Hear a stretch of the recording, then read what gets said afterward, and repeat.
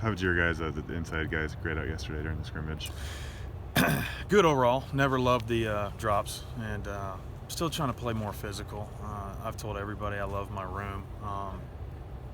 Great human beings and good players. Just got to play with a little bit more of the edge, which when you play against your teammates for like whatever, feels like 100 days to them, that gets rough, and you want to be smart with your own boys. But overall, pleased. Trying to play fast, and I think we got a little bit of depth, so that's good. Seems like throughout camp, Leach has been harping on the drop balls. And is there anything you can really do other than try and look to the next play to really try and hone in on that? Yeah, no. I mean, there's drills, and we've always been. I'm a bad coach if I just say, "Hey, catch it." You know what I'm saying? So we talk about that in meetings. We have different drills out here at practice, but sometimes it is just being mentally tough. If a certain guy drops, if his 7 drops are in big time traffic, well, that's an issue. He might be scared of getting hit. There's different things of why each player maybe do this or that, and so we individually work with them as best we can. But yeah, when it's on Saturday and stuff's going crazy, you just are like, catch it, But it's obviously more than that. I'm sure that the group as a whole has heard a lot about how good they can be and the potential, the depth. Do you think it's a group that's been pretty good at tuning that out and still pretending like maybe they aren't one of the better groups in the conference right now? Yeah, you hope so. We always do it as coaches, but again, you can, sometimes ride as much as you tell them to hydrate, then somebody gets a cramp, you know what I mean? We can't look over them 24 hours a day, but I know in my room we got plenty of challenges, other than Cassidy, we're small, people are going to use that. I just think about different teams on my mind right now and who their talent and personnel are on defense, and so I hope our guys don't think they've at all, arrived. We've got some guys that have some catches that have played a lot.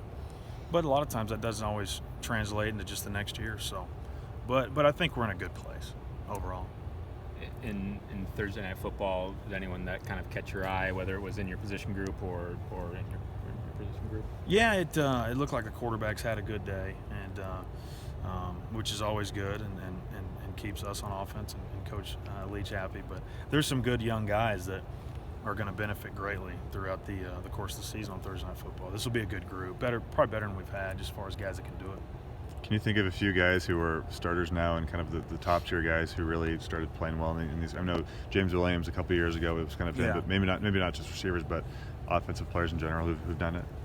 Yeah, I guess Gordo and Trey were doing it, and for me, Renard Bell, the bowl practices, man, and then I can't remember when he broke his arm, but one of them. I mean, he started to really come on. So for me and my group, Travell Harris redshirted, because some guys did, Jameer, Dez, Tay. There's some guys that didn't redshirt and didn't do it, but no, I mean, if you can't get better doing that, then you probably won't ever play on Saturdays. So. Can you think of a slot guy that's been as big as Cassidy that you guys have had here, or before you came to Washington State? I mean, it seems like you never almost have a 6'4" guy. And there was some. Yeah, and we had some at Tech. My boy Mickey Peters comes to mind, and he was a 6'2" hurdler. Man, he could roll, and he was big. And maybe not normal. I mean, we've had plenty of 6'1", 195 guys, and we could still coach Gronkowski like a slot, but that'd be unfair for me to say him, I guess, because he's a tight end. But boy, he could do everything he asked the slot to do. But that big, on a routine basis, no. Yeah, so. Still trying to work through that and get him locked in with the things we have to do in our offense. Yeah. Do you have any good Gronk stories? I've got a million. One good one that you could share right now. Gosh, I'm trying to remember. Probably not. All I know is there a PG one?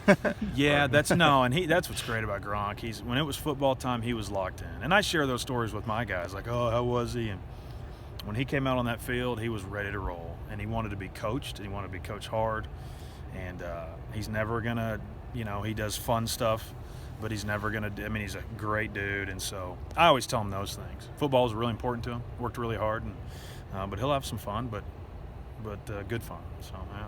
Is it going to be a little strange to see him out of the league this year? I'm happy for him. I think he was beat up. He was kind of almost, he missed his last year with us, with major back surgery, so I'm just happy for him, and I know him and his pops and all of them are good and smart guys with all that stuff. So I'm just happy for him. Do you guys still stay in touch a little bit here and there? It's been a long time. We texted when he got his first big contract after his rookie one, and I said, "Hey, just save it." And he's like, "Thanks, coach," whatever. But no, it's been a while, honestly.